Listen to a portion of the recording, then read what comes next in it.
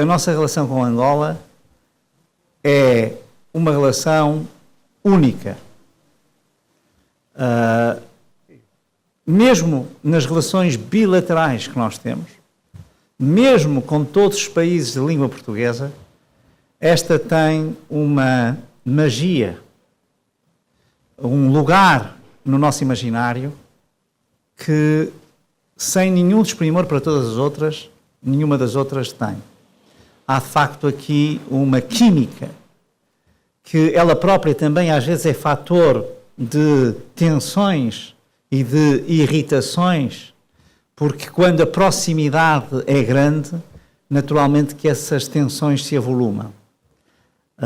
Mas para além desse lado, há o potencial de benefício mútuo que, designadamente pelos laços económicos e culturais, nós podemos desenvolver. E não há dúvida que as trocas entre Angola e Portugal, e quando digo trocas me refiro à balança comercial, refiro-me justamente ao intercâmbio a nível económico, mas também a nível cultural, é extremamente fecundo, no sentido que é bom, mas tem um potencial enorme. E aqui, em particular, os agentes económicos, e tantos portugueses que conhecem Angola tão bem ou melhor do que conhecem Portugal, sabem que o potencial é absolutamente infindável. E, portanto, há muito ainda a fazer por esta relação, e queria aqui, em nome do Governo, dizer que tudo faremos para que essa relação se possa, de facto, aproximar. Houve, sem dúvida, sempre os chefes de Estado tiveram muito Angola presente. Ainda agora fez 40 anos a posse do professor Cavaco Silva como Primeiro-Ministro e foi alguém que compreendeu que era preciso verdadeiramente investir na relação entre Angola. Os acordos de Bicesse são talvez o início desse processo de total normalização e potenciação das relações, mas, e agora dizer isto, e digo sinceramente com gratidão, mas também com orgulho pátrio, o Presidente Marcelo Rebelo de Sousa, em qualquer das suas visitas ao exterior, faz uma diferença enorme. E eu digo isto não só porque eu tenho acompanhado muitas, mas porque, se nós falarmos com os membros da nossa diplomacia, todos sabem que uma visita, às vezes curta, muitas vezes não de Estado, é suficiente para, por um lado, trazer às comunidades portuguesas aquele valor que elas verdadeiramente têm e, por outro, surpreender os nossos anfitriões com um calor humano e uma, diria eu, um modo de ser português único. Quando se cumprem 50 anos da independência de Angola, que é algo de que nos devemos orgulhar, no sentido de que termos sido capazes de ultrapassar uma fase, digamos, que poderia ser altamente traumática.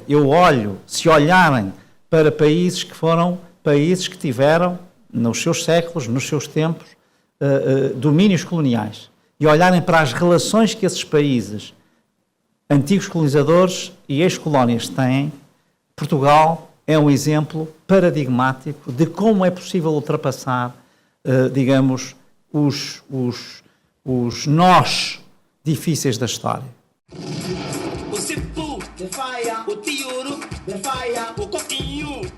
Olho o nosso passado com um saldo muito negativo. Sem sombra de dúvida, a independência é o maior marco histórico de qualquer povo. Os povos serem, donos do seu próprio destino é um feito com um símbolo material e imaterial muito forte. Todavia, a nossa independência tem algum saldo que para mim é muito preocupante. Imagina, nestes 50 anos tivemos 3 presidentes. O fundador da nação morre de doença prolongada em Moscou. O arquiteto da paz morre em Barcelona de doença prolongada.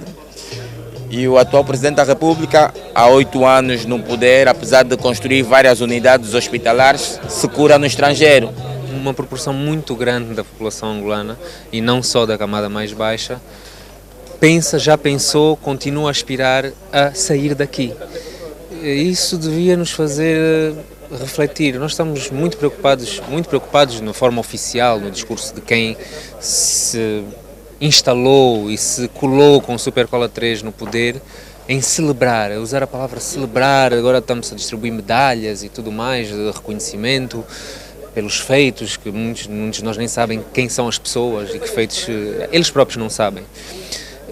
Mas eu acho que nós devíamos refletir. Ser um angolano, daqueles angolanos que tem muito orgulho, e eu espero morrer em Angola, porque para mim é mais desafiante estar aqui, lutar para que as coisas se transformem, porque eu sei que o grande grosso de angolanos não tem condições sociais ou econômicas para a primeira dor de cabeça deslocar-se para a Europa para fazer tratamento, né? Como é que é possível que 50 anos depois da independência e 23 anos depois do calar das armas, nós possamos continuar a ter esta guerra social que faz com que pouca gente esteja satisfeito no seu país, no país onde nasce? Paradoxalmente, a geração que conquistou a independência prestou depois um péssimo serviço, que pegou no dinheiro do país e expatriou para a metrópole, que era contestada. As pessoas da elite angolana têm praticamente uma vida residual ou protocolar, como eu disse, em Angola, mas fazem quase tudo materialmente em Portugal, na metrópole, né? Eu acho que é muito ofensivo. Todos os anos assistimos nacionalistas que lutaram pela independência de Angola morrerem de doença prolongada na metrópole. E a liberdade, para mim, não é um objetivo à distância, é hoje. Eu quero ser livre hoje, eu quero proporcionar experiências de liberdade hoje e não me preocupo muito com os rótulos do regime que possam haver. Isso já deixou de ser a minha preocupação há muito tempo, porque eu estou convicto que as pessoas que aprendem a viver em liberdade poderão construir futuros melhores. Também tens uma geração de desempregados ou mal empregados, ou de pessoas a fugirem à vida miserável de Angola para ter uma pobreza com dignidade na Europa. 50 anos depois, eu acho muito vergonhoso ter fixo esse imaginário colonial que foi combatido no passado. O investimento tem que ser feito no cidadão e nós temos que começar a pegar nas crianças de hoje para termos cidadãos melhores daqui a 15, 20, 30 anos, cidadãos esses que serão responsáveis para os 20 anos seguintes. Nós podemos começar a aspirar a dar uma curva, com uma mentalidade diferente, com a reversão da cultura da sobrevivência pelo esquema. Temos de poder encontrar a dignidade sem ser atraiçoando uns aos outros, procurando a sobrevivência individual, mas percebendo que como coletivo é que damos os passos. Estamos em 2025, eu tenho 25 anos e é exatamente metade dos 50 anos de independência. É curioso que o meu trabalho também, meio que inconscientemente, né, eu fui direcionando o meu trabalho para temas que se relacionam muito com a independência. E hoje, né, aparecemos aqui para ver o documentário e eu já tenho em mente umas tantas outras sessões que eu posso fazer como essas, né, para conseguir criar esse ambiente propício onde eu possa mostrar o meu trabalho e também ter essa oportunidade de debater.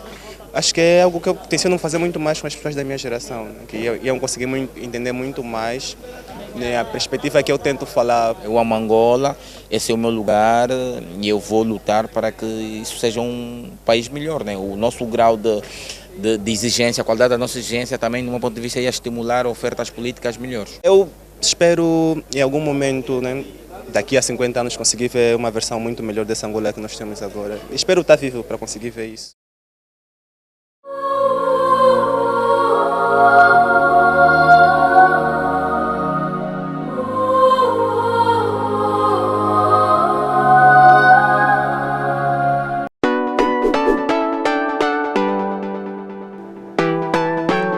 O livro do Galo já está em preparação.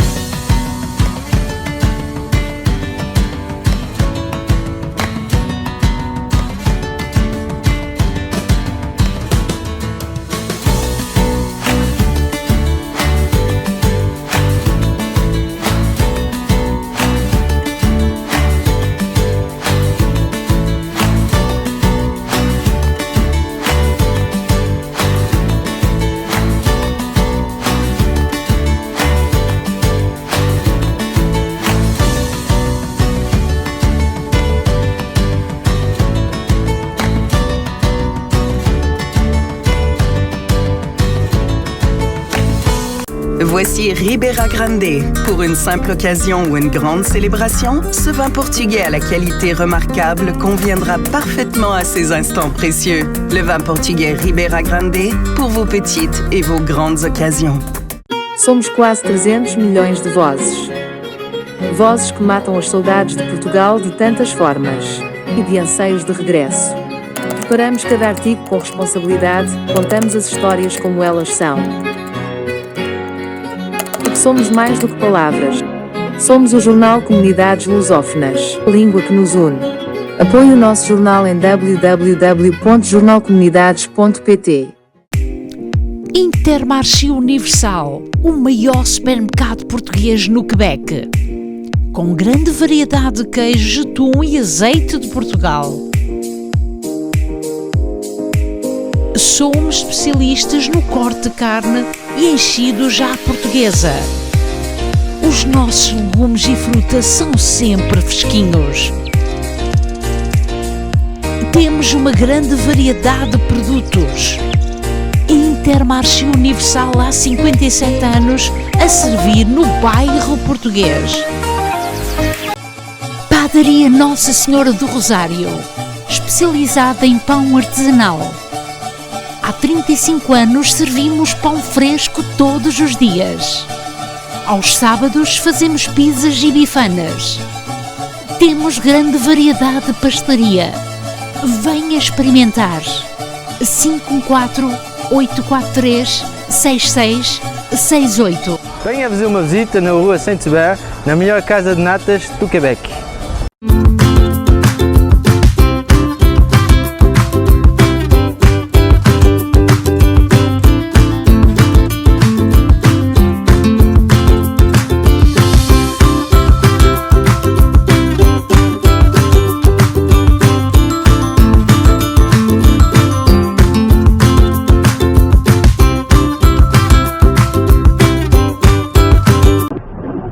As condições de inverno não são fáceis para conduzirem. Para poder evitar certos acidentes, a qual lhe podemos ajudar, na CarStar Rosemont, passe-nos visitar para uma boa verificação da condição dos pneus, a qual vendemos também novos e usados, pode evitar um acidente. Inspeções de mecânica, bate-chapas e pintura, também um grandioso serviço estético. Não hesite em nos contactar ao 514-279-7224 e estamos situados no 5757 Avenida Papineau. Imagina o lugar mais belo do mundo. 9 ilhas nascidas no mar imenso pela força do fogo e moldadas pela habilidade única da natureza. Há décadas que temos o orgulho de sobrevoar este paraíso natural. Hoje continuamos a deslumbrar-nos com a magia que nos envolve. É esta a natureza que nos inspira a ser uma porta de entrada digna deste nosso destino de sonho. Por falar em sonho, o nosso, transportar-vos para lugares mágicos.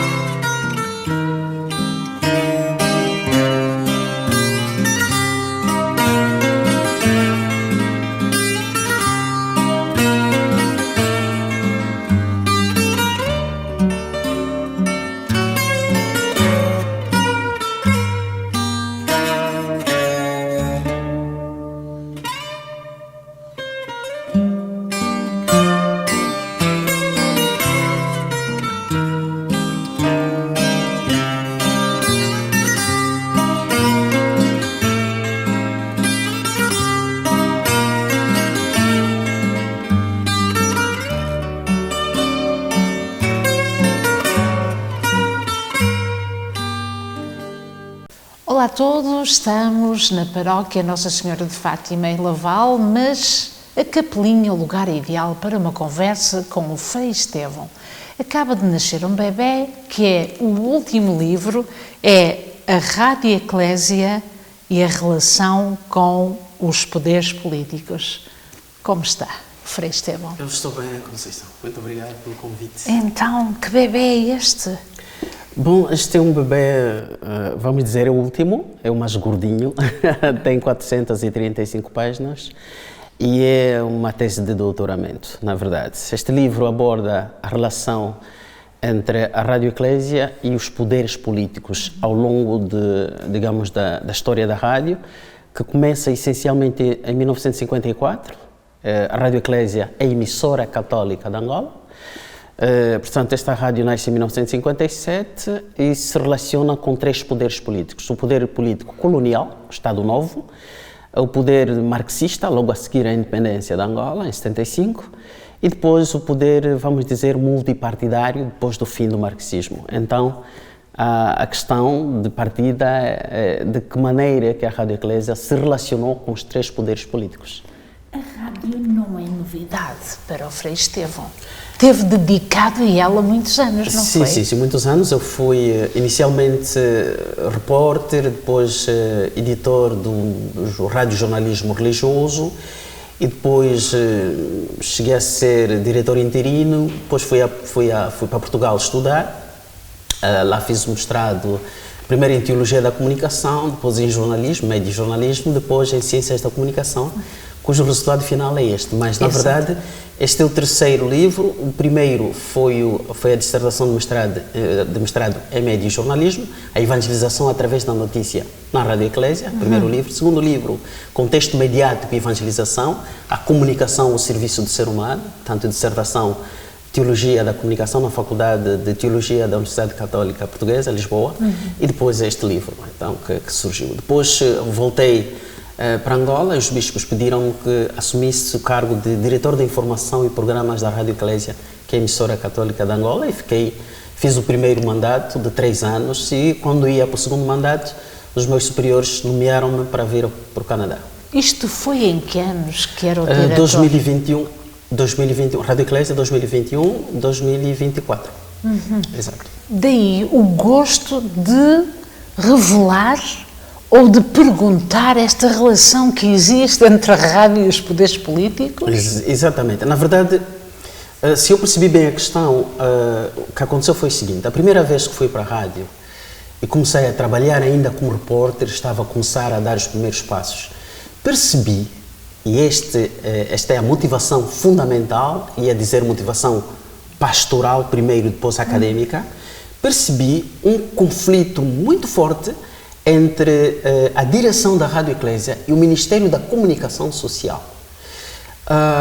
O mote da questão, a razão do conflito, era que a Rádio Eclésia se queria estender para as demais províncias, já estava a trabalhar, digamos, já tinha sido reaberta, porque entretanto tinha sido fechada em 77, 78, e a Rádio Eclésia já tinha recebido autorização para reabrir, mas havia dificuldades de a rádio se expandir para as demais dioceses, porque operava apenas em Luanda. E então, neste processo de legalização, de normalização houve um impasse muito grande. A rádio, os bispos queriam que a rádio se expandisse, mas o Ministério da Comunicação Social estava sempre a travar. Então havia um conflito muito forte entre, vamos dizer, o diretor da Rádio Eclésia, que agora é bispo, Dom António Jaca, e o ministro da Comunicação Social, na altura, Henrique Valento. E nós, jornalistas, víamos o sofrimento deste padre. Era o nosso diretor na altura, Padre António Jaca, e nós sentíamos com ele aquele sofrimento. Antes, portanto, esse processo foi muito duro, portanto, o padre sofria muito e nós com ele. E depois foi aí que nasceu esta pergunta: por que a Rádio Eclésia está a ter essas dificuldades de se expandir por todo o país? Foi aí que eu comecei a desenhar esta possibilidade de escrever sobre a história da Rádio Eclésia com os poderes políticos, porque, entretanto, quando comecei a ler sobre estas matérias, percebi que esta relação entre a Rádio Eclésia não era só com o poder político, vamos dizer, da altura, é uma relação que vem já de muito tempo, sendo que com o poder colonial foi uma relação de cooperação, curiosamente, Apesar de algumas dificuldades que houve, mas é uma relação de cooperação. Isso é bom. Exatamente. Eu depois já vou explicar. Depois, com o poder marxista foi o primeiro conflito, porque num regime marxista não se admite uma coexistência, por um lado, da Rádio Nacional de Angola a produzir informação do poder político marxista, fechado, e, por outro lado, a Igreja, uma rádio da Igreja, a produzir informação, da Igreja. Depois, o marxismo e o pensamento da Igreja, em geral, são inconciliáveis e surgiu um conflito que levou ao encerramento da Rádio Eclésia. Portanto, foi mais ou menos assim. Com o poder político, vamos dizer, este mais recente, a dificuldade era sobretudo essa, que a rádio, os bispos queriam que a rádio se expandisse para todo o país, mas o Ministério da Comunicação Social, digamos dizer, o governo, estava a travar, e aí surgiu um outro conflito. Mas a rádio não chegou a encerrar, continuou sempre, mas com muitas limitações. Permita-me perguntar-lhe como é que era a dinâmica da Rádio Eclésia. O que é que ela fazia no concreto? A Rádio Eclésia é uma rádio generalista. O que é que ela fazia, o que é que ela faz? É uma rádio generalista, uma rádio da Igreja, mas não se dedica apenas a produzir informação religiosa. É uma rádio generalista que produz informação, vamos aberta. Dizer, tem duas vertentes. A primeira vertente é a evangelizadora, a evangelização, e depois a outra é o serviço público. Portanto, como estação católica, ela produz informação que tem que ver com, vamos dizer, com apoio ao processo de evangelização, e este é o conteúdo do primeiro livro, a evangelização através da notícia na Rádio Eclésia. Portanto, a rádio produz informação religiosa, produz informação generalista, mas de uma maneira bem sustentada, com todos os mecanismos jornalísticos por um lado e por outro lado, segundo as orientações da Igreja. Portanto, isto na perspectiva evangelizadora. Na perspectiva do serviço público, opera como uma outra rádio qualquer, mas sempre naquela perspectiva religiosa, vamos dizer. E dá lugar ao ouvinte, perguntas, respostas. Há um aspecto específico em que a Rádio Eclésia é pioneira, e isso mesmo os outros jornalistas, mesmo as outras estações de rádio reconhecem, é o início dos debates. A Rádio Eclésia é pioneira, isto toda a gente reconhece. A Rádio Eclésia é pioneira no debate, digamos assim, de temas diversos, gerais, generalistas, se quisermos, e o debate ao abrindo o microfone para que as pessoas se pudessem expressar. Aliás, este segundo aspecto que fez com que o governo procurasse resistir à possibilidade da rádio se estender para as demais províncias, porque dizia-se que era uma rádio que estava a deixar demasiado espaço, porque também as pessoas, às tantas, enervavam-se ao telefonar para a rádio para falar da situação sociopolítica, a denunciar atos vamos dizer, de corrupção, etc. E havia ouvintes que se excediam a ponto de ofender entidades públicas, etc., etc. E o governo, de facto, não estava a resistir em relação a isso. O primeiro aspecto. O segundo aspecto é que a Rádio Eclésia passou, por via do debate, convidava todos, porque todos têm espaço na rádio, inclusive os partidos políticos da oposição. Ora, a Rádio Nacional de Angola, ou vamos dizer os órgãos públicos, eram essencialmente fechados e não permitiam muito, não davam muito espaço aos partidos políticos da oposição. Então, quando a rádio se abre a toda a gente, os partidos políticos começaram a aproveitar não diria invadir, mas aproveitar este momento para poderem falar, para poderem se expressar. E viram na Rádio Eclésia um bom momento, um bom espaço, um bom meio para poderem falar e se expressarem desta maneira. E o governo, naquela altura, não estava muito simpatizado com esta ideia. Também foi uma das dificuldades que fizeram com que a rádio, digamos assim, tivesse dificuldades para se expandir para as demais províncias. E depois foi todo um processo que demorou até janeiro de 2018, quando o presidente João Lourenço, pela primeira vez, aceitou que a rádio se expandisse por todo o país. De facto, a Igreja deve muito esta autorização, e foi graças a ele, ela até teve duas posições muito boas. A primeira, autorizar a rádio para que se pudesse expandir a todas as províncias, todas as dioceses, por um lado, e por outro lado, assinou um acordo quadro com o Estado angolano, porque o acordo, vamos dizer, a concordata anterior já tinha caducado, já tinha expirado, porque foi assinada pelo poder colonial em 1940-41. E quando nasceu a nova república, nesse caso a República Popular de Angola, tudo que Portugal tinha assinado com a Santa Sé não deixou de existir, de valer. Portanto, se até a independência havia concordado entre a Santa Sé e o Estado português, com a nova República este acordo deixou de existir. E, portanto, de 75 até 2019 não havia acordo nenhum, não havia concordata, não havia nenhum documento, embora o governo, vamos dizer, reconhecesse, digamos assim, a presença da Igreja através do seu representante, o Núncio Apostólico, mas não havia nenhum documento que legitimasse, digamos assim, esta cooperação. A cooperação existia, mas faltava dar-lhe sustentabilidade, digamos assim, jurídica. Era isso que faltava. Então, o presidente João Lourenço assinou com a Igreja um acordo quadro. E o número 15 deste acordo diz que a Igreja tinha autorização de, fundar órgãos de comunicação que quisesse, e a partir daí foi já a abertura total. Portanto, isso nós devemos ao presidente João Lourenço, de facto. Nos dias de hoje, Angola mudou muito para melhor. Sim. Avançou com o tempo, não é? Sim. Como é que olha para Angola nos dias de hoje? Porque o senhor, há uns anos atrás, era o diretor de informação ou era o diretor da rádio, e hoje há muita coisa que avançou, mas há outras que revolucionaram com o tempo, mas no sentido degradativo.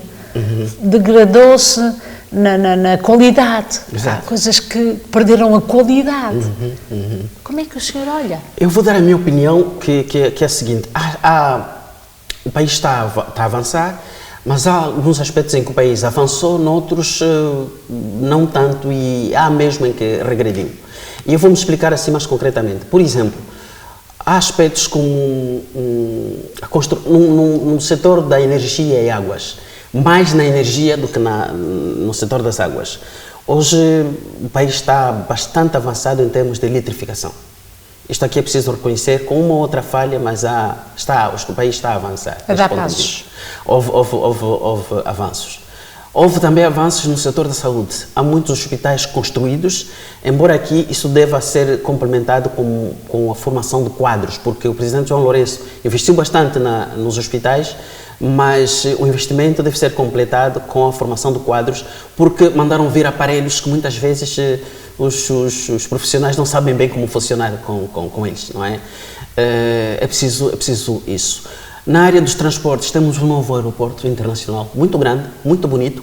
Eu quando estive em julho em Luanda, cheguei a viajar de Luanda a Huambo e fui por esta via, por este aeroporto. Está um aeroporto muito bonito mesmo, está fora de Luanda. Tem uma categoria internacional com duas áreas, uma área doméstica e outra para os voos internacionais. E digo que gostei do que vi. Está um aeroporto de categoria e ao nosso nível. Provavelmente, agora, é preciso manutenção deste aeroporto, é preciso salvaguardar aquela estrutura e estão a mandar para lá já quase todos os voos. O que faltou era construir-se um caminho de ferro daquela área chamada Bom Jesus até Luanda. Havia necessidade de se construir um comboio rápido para facilitar, digamos assim, a deslocação do aeroporto de Luanda para este aeroporto, que são à volta de quase 30 km. E isto é que faltou, isto é que falta e deve ser completado, complementado. Estou aqui a imaginar voos internacionais para quem quiser viajar de Luanda para outros países fora de Angola. Poderá ter dificuldades, sobretudo se chover, se houver dificuldades em engarrafamento, portanto, tráfego, trânsito, pode ter dificuldades. A nível das estradas, como é que estamos? Já aí vou. Portanto, estes são os aspectos que eu acho em que nós crescemos e temos estado a avançar. A nível das estradas, é assim, creio que é a maior dificuldade que nós temos. Uma das maiores dificuldades. Deixa-me dizer isso. Hoje na homilia estive a falar de Dom Francisco de Mata Morisca. Foi bispo português de Carmona. Carmona era um nome colonial, o novo nome é Uige. Este bispo, quando o presidente José Eduardo Santos, em 2008, esteve a fazer a campanha eleitoral e esteve no IJE, pediram a ele, a este bispo, que fizesse o discurso de acolhimento do chefe do Estado. Bom, na altura era o candidato às eleições. E ele disse o seguinte: Senhor Presidente, se quiser desenvolver bem o seu país, eu vou dizer isto com muita seriedade. Estou a citá-lo com alguma emoção porque ele já faleceu e era um bispo muito, muito forte. Ele dizia: Senhor Presidente, se quiser desenvolver o seu país, tenha 3 prioridades. 3 prioridades. Prioridade número 1, estradas. Prioridade número 2, estradas. Prioridade número 3, estradas. E o presidente José Eduardo Santos construiu as estradas. E pela primeira vez chegamos a ter estradas de muita qualidade. Muita qualidade. Só que de lá para cá, foram sendo construídas algumas outras novas estradas. O problema do Estado angolano é que não tem um plano nacional de manutenção de estradas. Quando nós estivemos na rádio, quando eu fui diretor de informação da Rádio Eclésia, chegamos a abordar este assunto em debate. Falta ao governo angolano, do lado das obras públicas, um plano nacional de manutenção de estradas. O governo angolano não tem plano de manutenção de estradas. Constrói estradas muito bonitas, mas falta o plano de manutenção, por um lado. Por outro lado, aposta sempre nos nossos irmãos chineses. Os chineses às vezes constroem bem, outras vezes não. Então, eu acho que seria bom, é minha opinião muito pessoal, cada um pode pensar o que quiser, mas eu acho que seria bom que o Estado angolano apostasse também nas empresas portuguesas, Soares da Costa e outras empresas, porque lá onde as empresas portuguesas construíram, mesmo sem manutenção, as estradas estão boas. Eu vou dar um exemplo. Para aqueles que me estão a ouvir e conhecem Angola, a estrada que vai do Dondo ao Alto Dondo foi, por exemplo, construída creio que pela Soares da Costa. É uma empresa portuguesa. É maior em Portugal. Ora, apostem também nas empresas portuguesas. Apostem noutras empresas que constroem bem. Às vezes os nossos irmãos chineses, eu posso dar também um exemplo, a estrada Luanda-Dondo, o que deu. Quiseram abrir uma autoestrada Luanda-Dondo, no fim tiveram que fechar uma faixa porque aquilo ficou cheio de capim. O general Higino Carneiro chegou a dizer: fomos enrolados e a coisa não funcionou. E tiveram que voltar a emagrecer a estrada e construir algo mais prático. Ora, estava lá uma estrada colonial que era só aumentar, destruíram os chineses, tiraram toda a base, a estrutura básica da estrada, que era uma estrada colonial muito forte, que resistiu durante muitos anos. Quando se começou a ideia de construir uma autoestrada Luanda-Dondo, os chineses, ao invés de aumentarem aquela estrada que já estava sólida, consolidada, aumentaram outras, o que fizeram? Destruíram toda a base, colocaram a nova e a nova não valeu para nada e depois é o quê? Portanto, falta ao governo angolano, deste ponto de vista, a nível das estradas, um plano nacional de manutenção. Plano nacional de manutenção de estradas, só assim que vamos ver. O que acontece é que as estradas são construídas muitas vezes sem esgotos sólidos e depois de algum tempo chamam a televisão, mostram tudo, depois logo a seguir tudo fica outra vez a degradar-se porque não há um plano nacional de manutenção de estradas. Deste ponto de vista, uma empresa ligada, creio que ao Ministério das Obras Públicas, chamada INEA, Instituto Nacional de Estradas de Angola. O que é que faz essa empresa? Essa empresa que tem este plano. No tempo colonial havia, eu nasci um pouquinho antes da independência, os meus pais, os meus avós me contaram, no tempo colonial havia os chamados cantoneiros. Ainda existem, os cantoneiros, creio que em Portugal existem, os cantoneiros são aqueles que têm a missão de vigiar os buracos eventuais na estrada, para depois poder tapar os buracos. Os cantoneiros tapavam os buracos pequenos, mas depois, quando os buracos fossem maiores, chamavam as empresas e a intervenção era logo. Porque é que, por exemplo, aqui no Canadá, em Montreal, nomeadamente, temos quase ruas fechadas a todo o tempo por causa da manutenção constante das estradas. Há caminhões que passam por aquelas estradas, estragam as estradas e depois ninguém aparece para a manutenção. Não há lógica.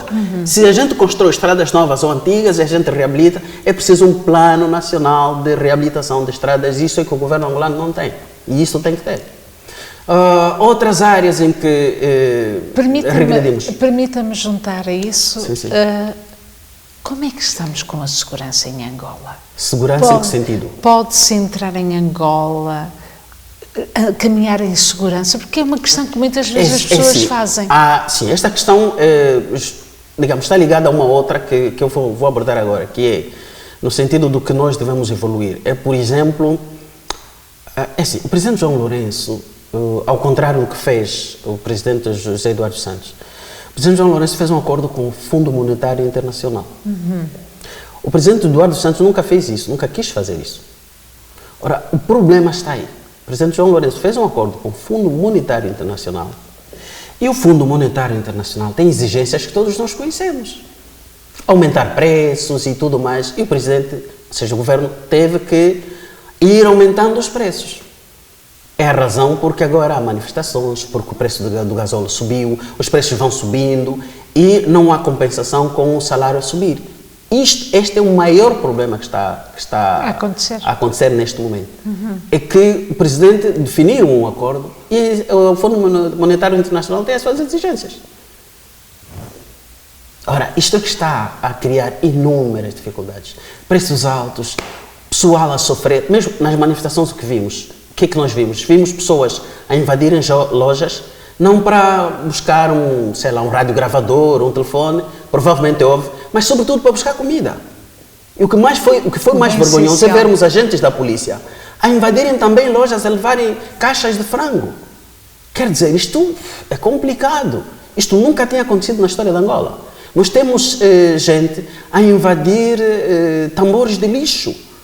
Isto nunca aconteceu na história recente de Angola. Um país a produzir petróleo todos os anos, vamos assim dizer, dizem que mais de 1 milhão de barris por dia a concorrer com a Nigéria. Quer dizer, o governo deve fazer um esforço para rapidamente resolver esse assunto. E nós, quando falamos disso, não é porque estamos a fazer a crítica pela crítica, queremos que o país evolua e estamos a mostrar os caminhos. Portanto, isto que eu estou a dizer não é novidade para ninguém, é o que se está a dizer em Angola, é a mesma coisa que eu também estou a dizer. É o que se vê nas televisões. É o que se vê nas televisões. O governo está com imensas dificuldades nesse momento, porque o povo está a sofrer e o que é que pretende? O mais básico, dar de comer ao povo, é o que o povo quer, nada mais. Então o governo tem que gizar aí uma estratégia, eu não sei o que é que vai fazer, este acordo com o fundo, com o FMI, não sei se vai, em minha opinião seria bom acabar com este acordo, não sei se isto é possível ou não. Não sendo possível, eu acredito que no MPLA há bons quadros que podem muito bem ajudar o presidente a redefinir estratégias para que o mais rapidamente possível este assunto se resolva. E nós quando é assim, o melhor amigo não é apenas aquele que te diz que está tudo muito bem. É aquele que te diz, olha, aqui está errado, aí está errado, é melhor melhorar aqui e acolá. E quando nós fazemos estas críticas, não é porque estamos agora a colocar mais lenha no fogo, como se costuma dizer, mas é para dizer que realmente a situação está crítica e é preciso melhorar. Quando temos que dizer aspectos positivos, a gente os diz. Quando temos que apontar outros aspectos negativos também, é o que eu estive a fazer, aliás, há coisas que estão a evoluir, há aspectos que estão a crescer, apontei a elitificação do país, que está num bom passo, e outros aspectos, a saúde, que está a caminhar bem, mas... Há aqui outro ponto, Frei Estevão, é os recursos naturais. Temos água? Angola tem muita água. Angola tem água nos rios, mas é preciso trazer água para casa. Não basta, como temos estado a ver, às vezes chamam a televisão para inaugurar um chafariz, governadores, administradores municipais querem inaugurar um chafariz. Não, nós não queremos. Angola tem muitos rios e tem muita água por todo lado. E há esforço que pode ser feito para trazer água para dentro das casas, não é no chafariz. Chafariz, isso não é suficiente.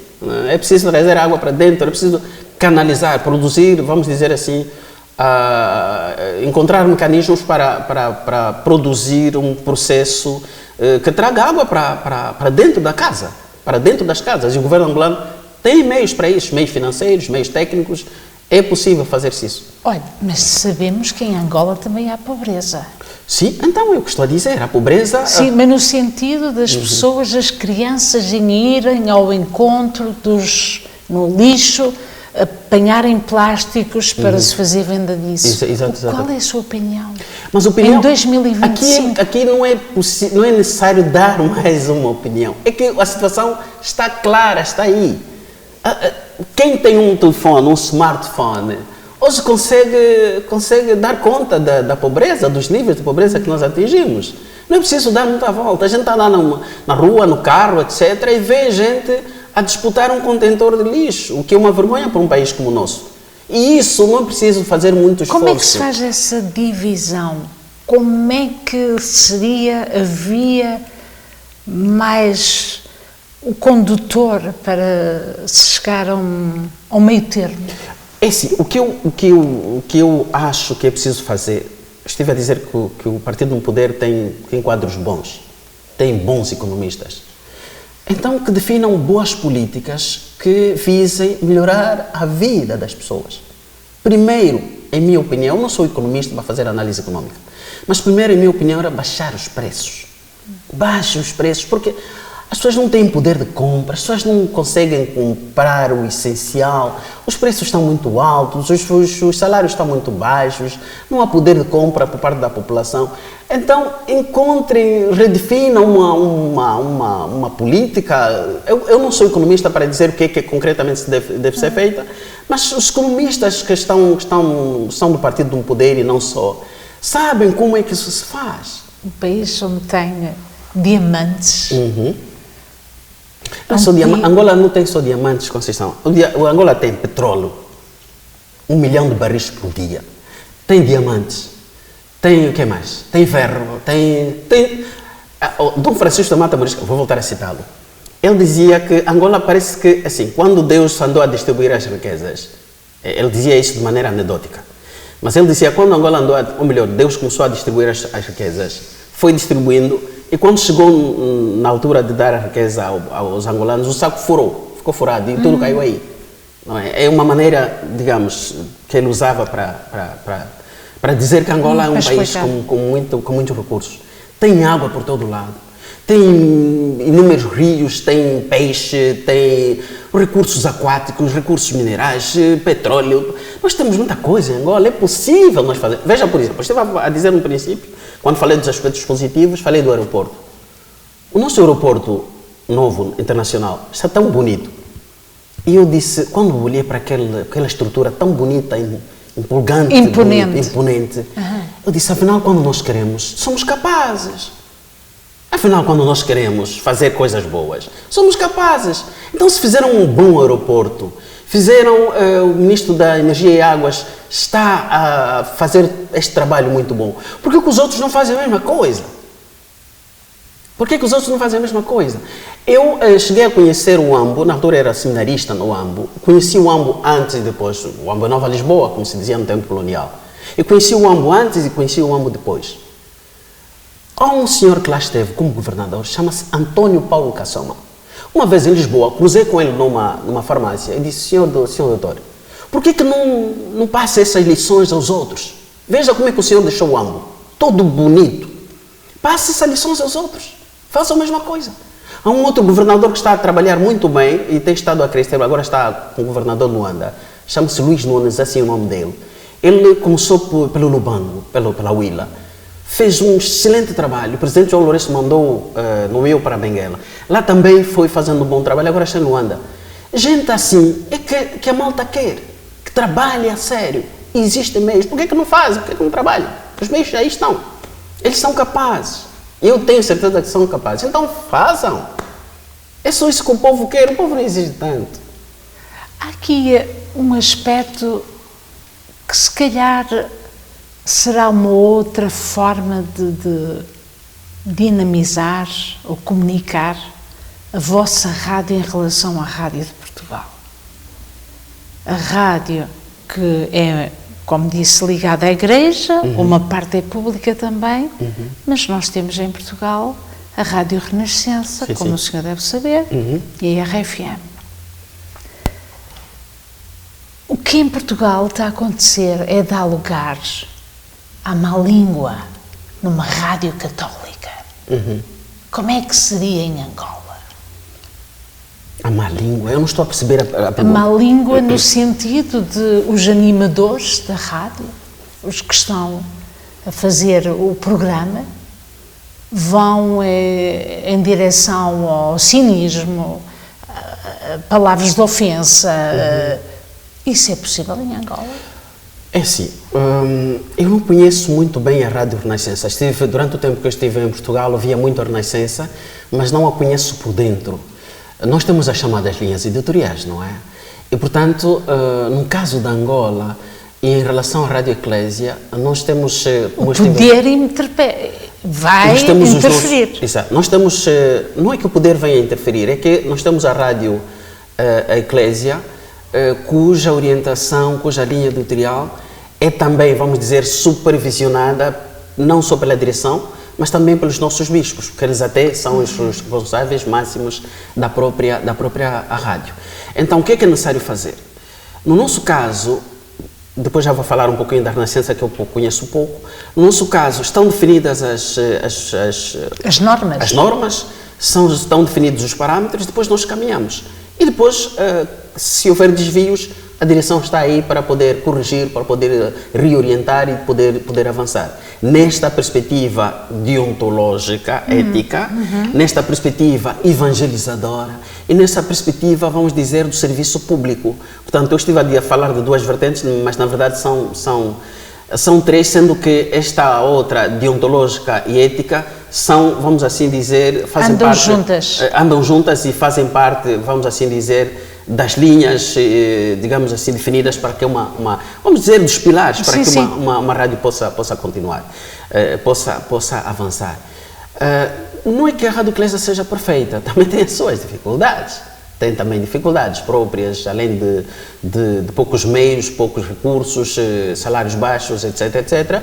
Mas, isso é um outro... Este é um outro assunto, mas os profissionais também têm falhas. A linguagem. Sim, a linguagem também, às vezes, há casos em que não é mais adequada, às vezes assim, há casos em que às vezes deixa escapar o microfone um ouvinte que às vezes está a ofender um ministro. Ou mesmo o animador a ofender. Ou mesmo o animador. Não, o animador não ofende, vamos assim dizer. Mas em Portugal acontece isto, está a acontecer isto. Pois, isto pode acontecer e quem está à frente, na direção da rádio, à frente da rádio, a orientar, tem sempre que intervir e dizer que é preciso evitar excessos, é preciso ter cuidado, porque de qualquer maneira nós estamos a trabalhar para uma rádio ao serviço do ser humano, não é verdade?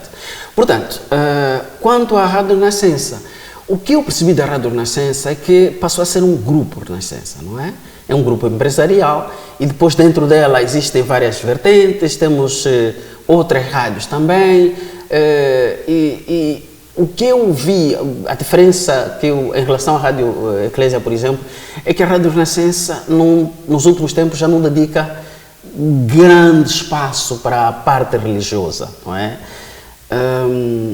Transmite as missas, é verdade, mas a produção noticiosa, religiosa, é muito escassa. Está vaga, está escassa. Eu perguntei uma vez a alguém que me disse que tal deve-se ao facto de os ouvintes nos últimos tempos, e creio que isso tem a ver com o contexto próprio do país, o país é um país europeu e está mais focado para... É um país, vamos dizer, mais laicista, não é? Exatamente. Digamos assim, o país é laicista, é moderno, as pessoas já não ouvem muito a estação católica, giram logo de botão, vão para uma outra sintonia. Mas há quem goste também de ouvir. Exato, sim, e eles esqueceram essa parte. Exato, provavelmente. Será que essas linhas deveriam de ser modificadas ao nível de... Talvez modificadas e adaptadas aos ouvintes. Primeiro fazer um estudo da audiência. Regulamentos, não é? Não, primeiro fazer um estudo da audiência quanto a mim. Nós em Angola também podemos fazer a mesma coisa, mas nós sabemos quem são os nossos ouvintes.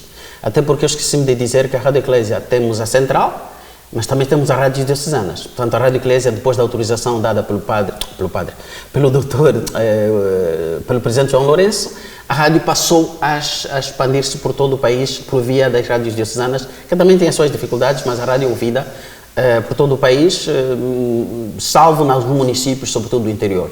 No caso da Rádio Renascença, em minha opinião, mas esta é a minha opinião bem pessoal, deve-se provavelmente fazer um estudo da audiência, ver quem são as audiências da Rádio Renascença. E depois de se fazer um estudo da audiência, então... Como o senhor foi diretor, por isso conhece. Por isso eu estou a falar disso. Um estudo da audiência para ver como reorientar as emissões da Renascença. Quais são as horas em que devemos produzir e emitir determinada linguagem.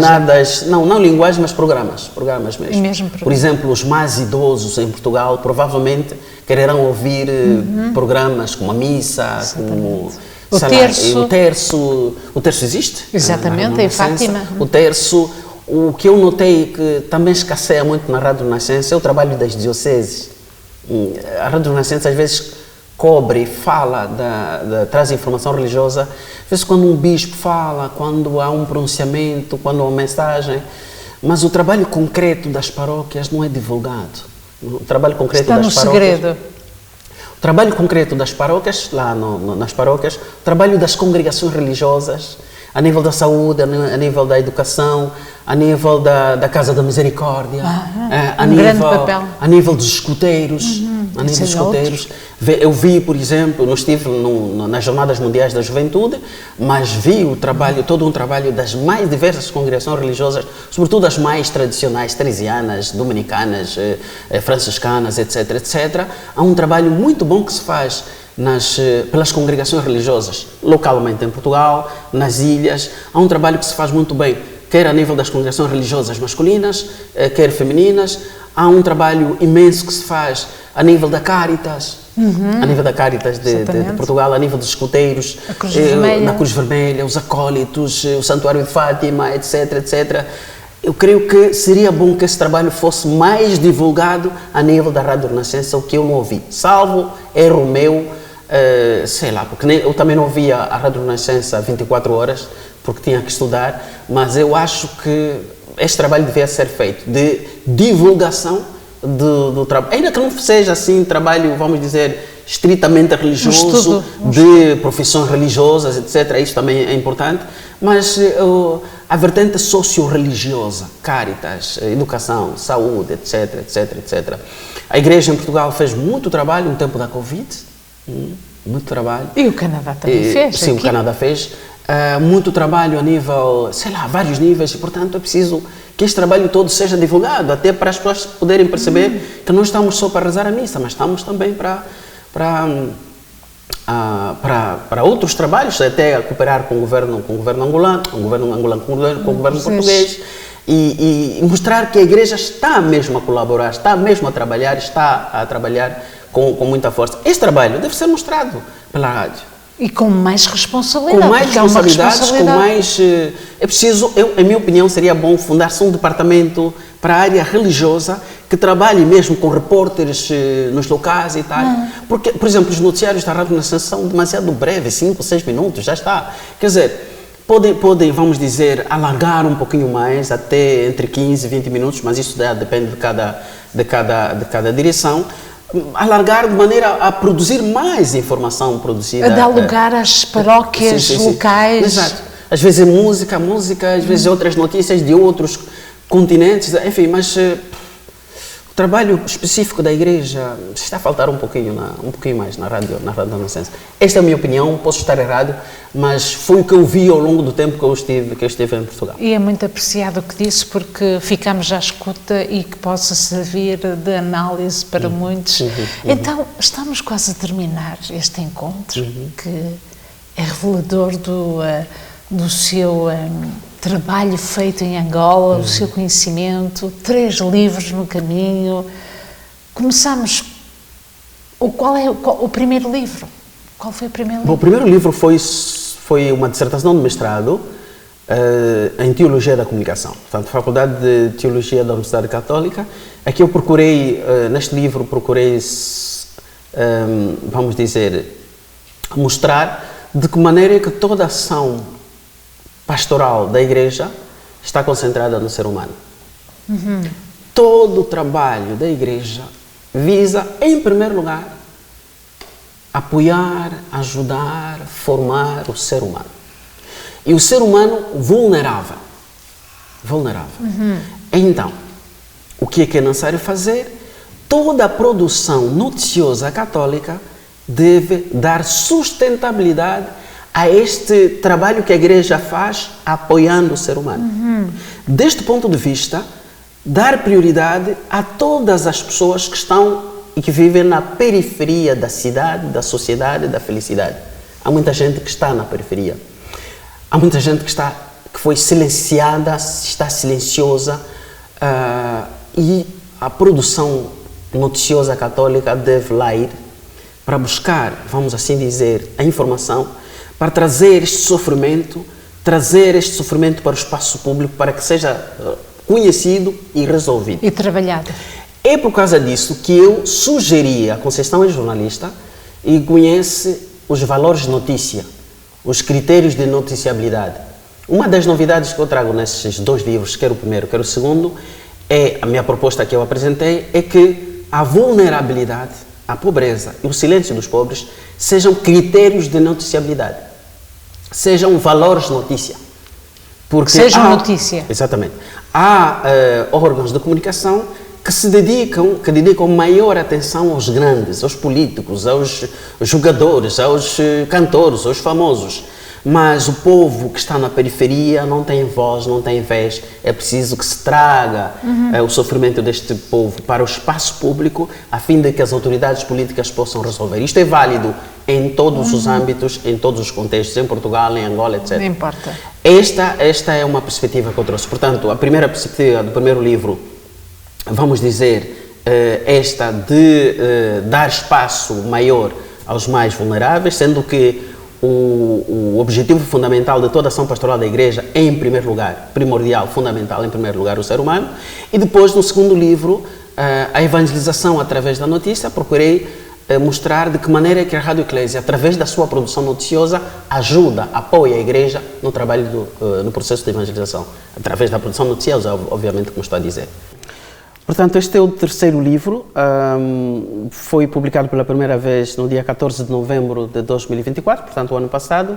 Foi publicado em Portugal, está à venda na livraria da Universidade Católica Portuguesa. Ficou tudo dito? Não, claro, nem sempre fica tudo dito. Foi também publicado no passado dia 18 de julho de 2025, portanto, em Luanda. Está à venda na livraria das Irmãs Paulinas. Em Portugal está a 29,70 euros, em Angola está a 12 mil kwanzas, o preço, exato. Portanto, nós em Angola costumamos dizer que é um preço razoável, os nossos povos em Angola dizem preço da igreja, significa que é barato. Mais fácil. É mais fácil adquiri-lo. Portanto, é este o livro que tenho e, portanto, aconselho a comprar. É o último bebê. É o último bebê, o terceiro, o mais gordinho. E quando se termina um livro, começa a ter o sabor de vai vir o quarto. Provavelmente. Eu gostava muito de escrever sobre um tema, bom, não vou dizer agora qual é o tema, mas tem que ver com redes sociais. Gostava muito, até já comecei, uma preocupação, até já comecei a escrever, mas depois recebi ordens para vir para aqui, para o Canadá. Vamos ver se terei tempo, porque tenho o desafio de aperfeiçoar o meu inglês. Aqui na nossa comunidade nós temos 3 línguas, temos o português, o francês e o inglês.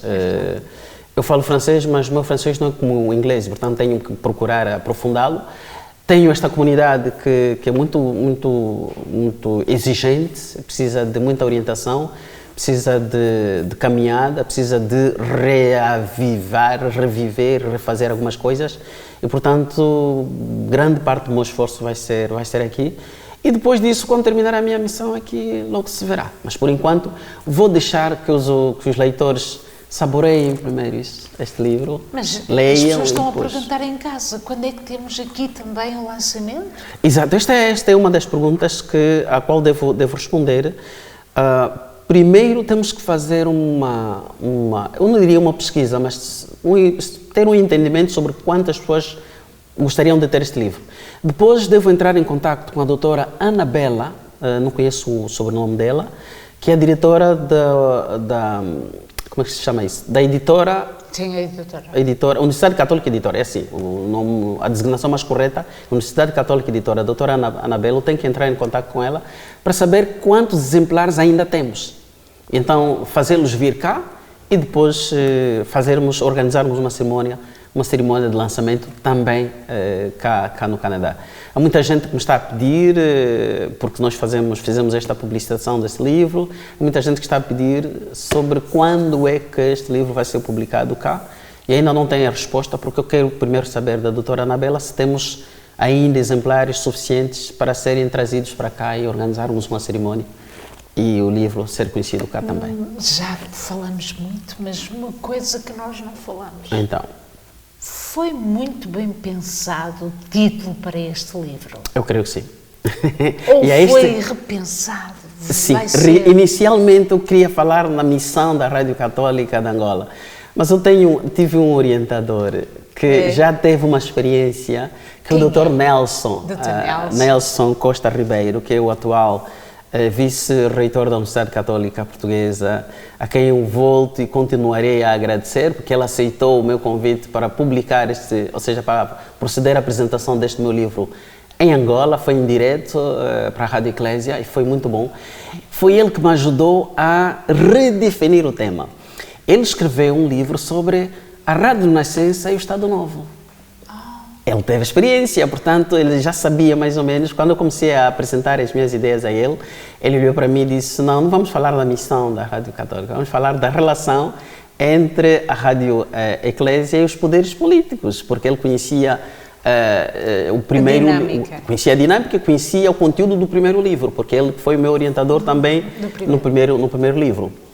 Então ele disse, seria bom, orientou-me a que nós avançássemos para este livro, um pouquinho como quando aconteceu em Portugal, né? A Rádio Renascença e o Estado Novo. Se vamos fazer uma coisa mais ou menos igual, embora não seja a mesma história, e isso inspirou-me bastante, ele transmitiu uma ideia e fomos os dois refazendo o título até ficar neste formato, né? A Rádio Eclésia e a relação com os poderes políticos, 2 pontos, do colonialismo ao regime multipartidário. É isso. Então vamos chegar à espera. Sim. Quando é que temos essa Este é um trabalho que vou fazer nos próximos tempos. Até antes de dezembro prometo dar uma resposta, porque quase todos os domingos os fiéis perguntam por este livro e gostariam de saber quando é que o livro vai ser publicado também cá em Montreal, e a Conceição me vai ajudar. Eu não conheço o universo, digamos assim, o universo comunicacional de cá. Eu sei que há estações de rádio, estações de televisão como a vossa, que me podem ajudar a reunir jornalistas, a reunir a comunidade para procedermos ao lançamento deste livro. Também cá. Vamos trabalhar nisso e provavelmente teremos notícias e novidades nos próximos tempos. Será com todo o gosto. Okay. Muito obrigado pela vossa... Foi um gosto. Obrigado. Muito obrigado pela vossa presença, pelo convite. Obrigado. Pelo seu bebê. Exato. Mas quando há um bebê que nasceu, já se pensa, será que... virá um outro? Vamos ver. Vamos trabalhar. Eu acredito que sim, já está a trabalhar. Vamos aguardar. Vamos aguardar. Vamos ter fé. Exato. Muito obrigado. É assim que terminamos este bom encontro, uma conversa muito, muito rica. E este foi um momento especial para revelar tudo aquilo que é o conhecimento do livro, aquilo que é o conhecimento no trabalho, diretor de informação na Rádio Eclésia, em Angola. Por isso mesmo, deixamos para si este apontamento a partir da Paróquia Nossa Senhora de Fátima em Laval, aqui no cantinho, que é um momento tão particular, tão familiar para si. A Conceição Ferreira e Alberto Feio, para Montreal Magazine.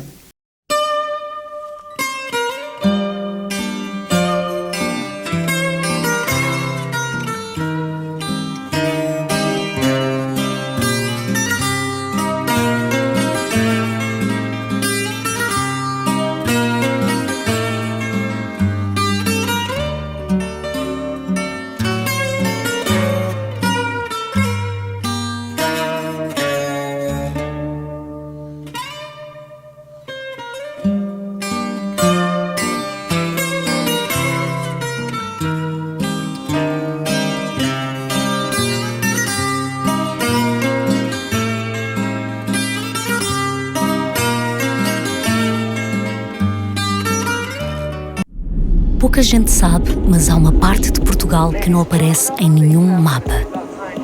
O seu clima é ameno, 22 de máxima e 22 de mínima. O idioma oficial é o português, mas na prática é multilingue. A gastronomia é rica e a sua população é acolhedora. Já recebeu milhões e milhões de visitantes desde 1945.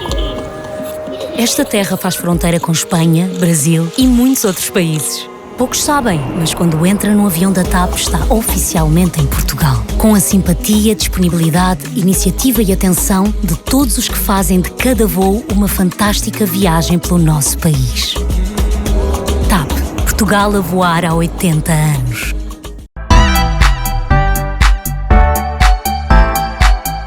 O Marche Sá tem esta sexta-feira o Povo à Portuguesa. Todas as semanas os nossos especiais são os melhores.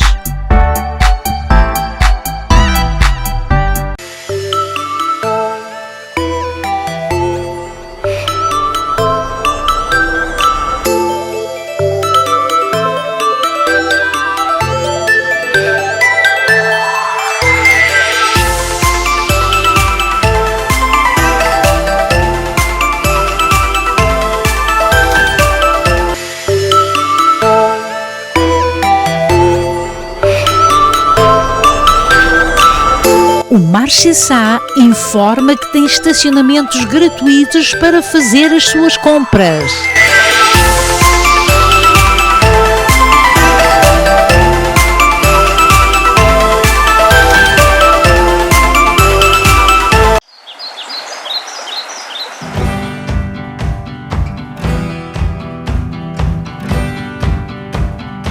Chegou a hora de agarrares o momento.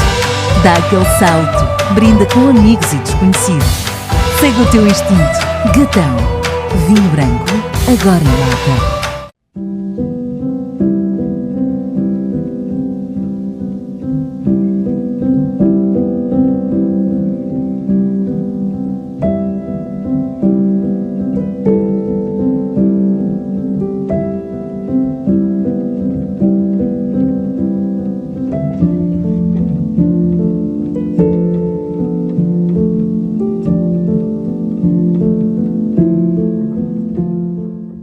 Como poder sorrir no meio de tanto sofrimento é o que muitos se perguntam. Encontrar a paz tornou-se num desafio. Angústia, discussões, tristezas, dores, sofrimento. Tome uma decisão, não sofra mais. Saí de uma depressão, recuperei o meu casamento, a minha saúde e a minha família. Telefone para a sua consulta e podemos ajudá-lo. Linha de ajuda espiritual 514-913-9439. Recuperei família, saúde e finanças. Porque para Deus nada é impossível.